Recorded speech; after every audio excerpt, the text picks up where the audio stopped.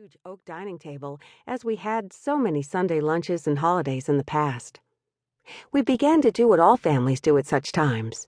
We shared stories about her life and heard many new ones from friends and neighbors who came by to remember her too.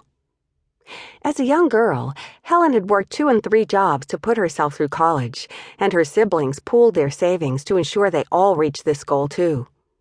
She found her life's work as a 6th grade teacher, and she helped hundreds of children who needed not only guidance in the classroom, but an adult who cared about them and shared supplies, encouragement, and support.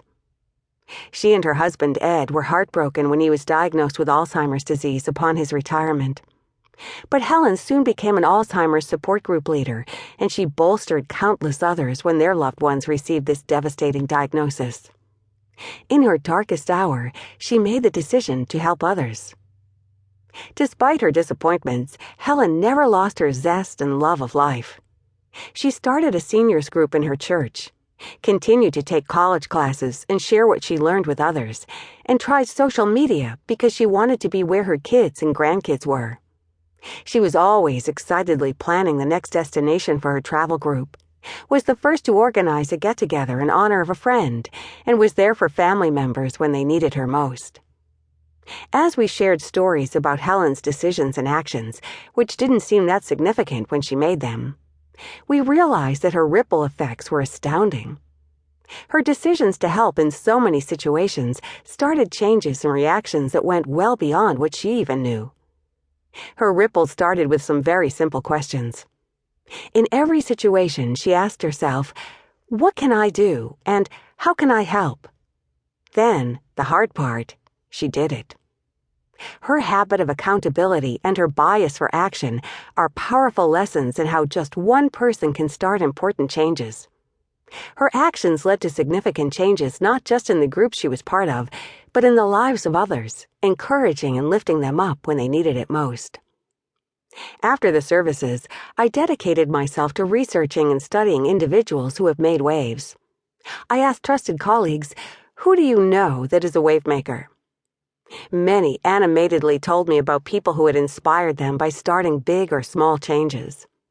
I eagerly anticipated the interviews because of my colleagues' enthusiasm in nominating their wave makers. They did not disappoint. I was riveted by stories of how these individuals began and sustained their changes, both big and small. After many conversations, I identified 24 wavemakers to feature in this audiobook. I studied their outlook, as well as the decisions they made and the actions they took when starting their changes. I hope their experiences will be as instructional and inspiring to you as they were to me. Waves begin with, "If only we could." Let me share a few examples of how one person's actions started a wave, either big or small. They all began with, "If only we could." The college student who organized a way to share wasted campus food with the homeless. The female manager who built commitment and received funding to start a networking group that connects younger female professionals to senior mentors. The young engineer with an idea for a process change that no one had considered, yet it improved both productivity and customer service. The company vice president who translated her growth strategy into simple and clear outcomes, engaging more than 3,000 employees to make the vision a reality. The math teacher who convinced the school district to introduce an advanced math curriculum to better prepare students for college. These are diverse examples, and the planning and execution of each wave was different because of its varying scale and complexity. Yet there are many common themes in the way the individuals who started these changes think, act, and engage with others. Throughout this audiobook, we'll meet an eclectic group of wavemakers who led a variety of changes that made life better for those around them. Clint Hurdle's wave was changing the culture in a major league clubhouse.